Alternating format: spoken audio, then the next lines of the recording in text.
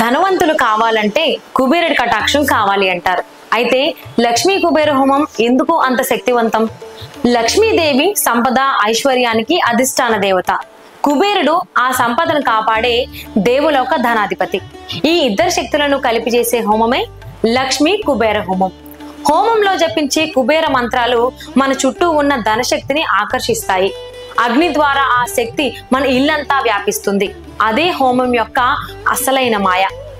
దీపావళి, అక్షయ తృతీయ, ధనత్రయోదశి, కార్తీక మాసం, శుక్రవారాలు లేదా పౌర్ణమి రోజులు ఈ హోమం చేయడానికి అనుకూలమైనవి. ఈ హోమం చేయించడం ద్వారా జీవితంలో సానుకూల మార్పులను సాధించవచ్చు. ఇప్పుడు పంతులు గారు యాప్ లో మీకు దగ్గరలో ఉన్న పండితుడిని సులభంగా బుక్ చేసుకోండి. మొదటి ఆర్డర్ తో స్పెషల్ గిఫ్ట్ హ్యాంపర్ పొందండి.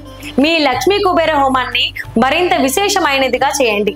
డౌన్లోడ్ చేసి ట్రై చేయండి పంతులు గారు యాప్.